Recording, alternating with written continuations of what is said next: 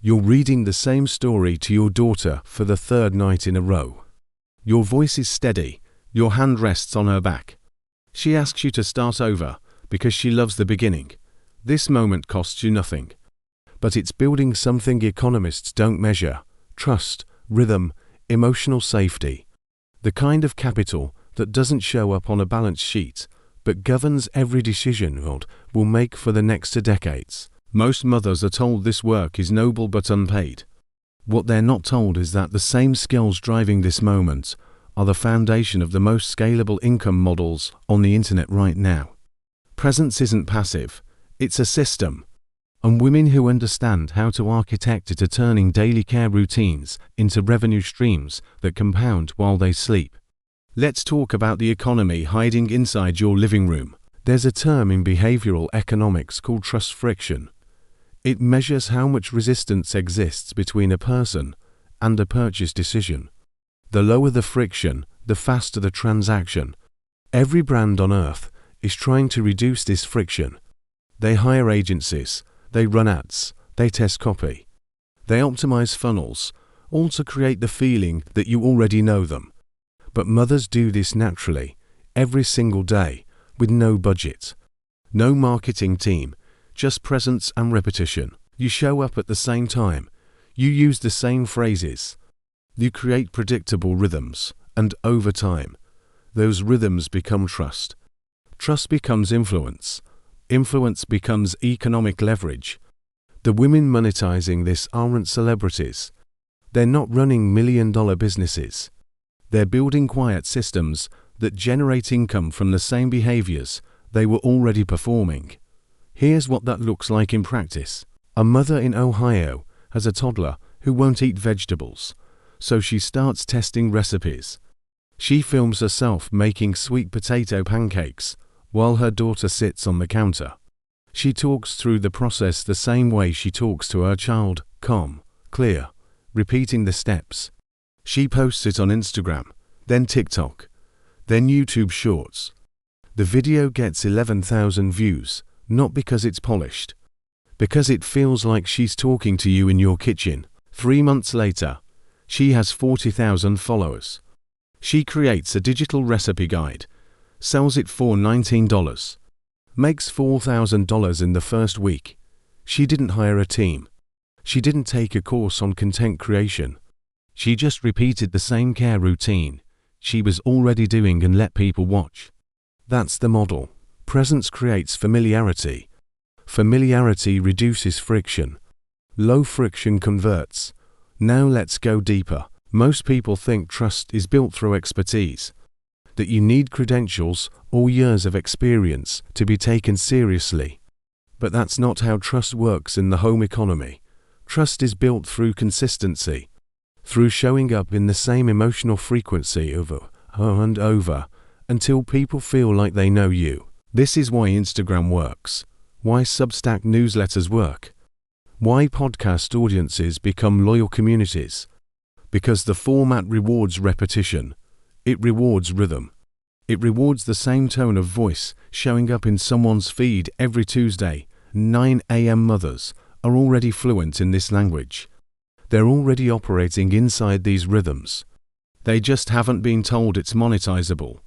Let me show you the infrastructure. You have a child who struggles with bedtime. So you create a routine: bath, books, breathing exercises. The same sequence every night. It works because the repetition signals safety. That same structure can be turned into a digital product. You write it down.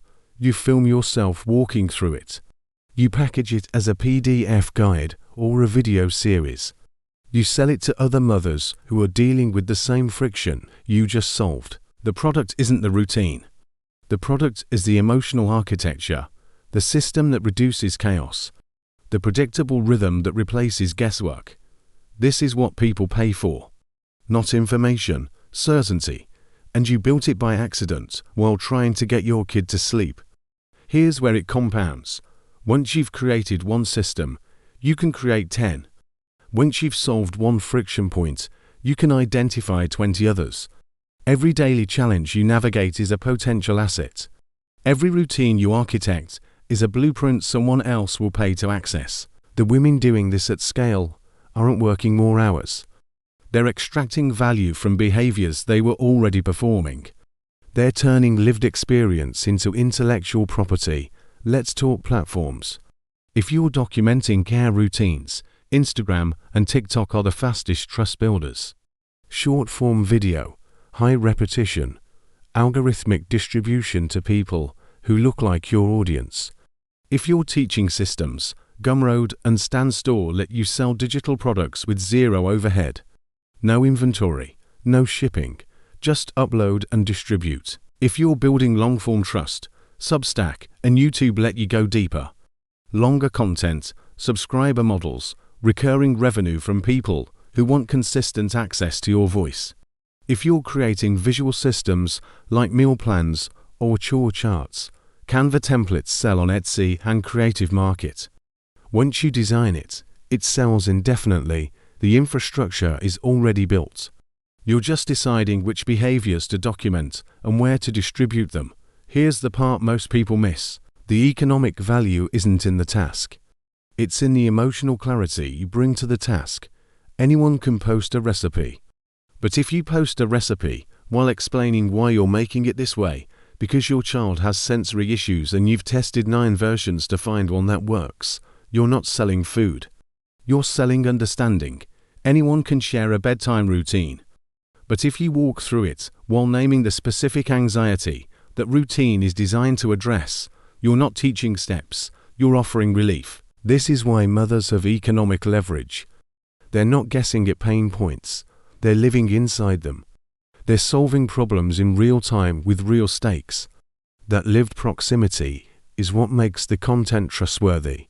It's what makes people convert. Now let's talk scale. You don't need 100,000 followers to make this work. You need 100 people who trust you enough to buy something. If you sell a $20 guide to 100 people, that's $2,000.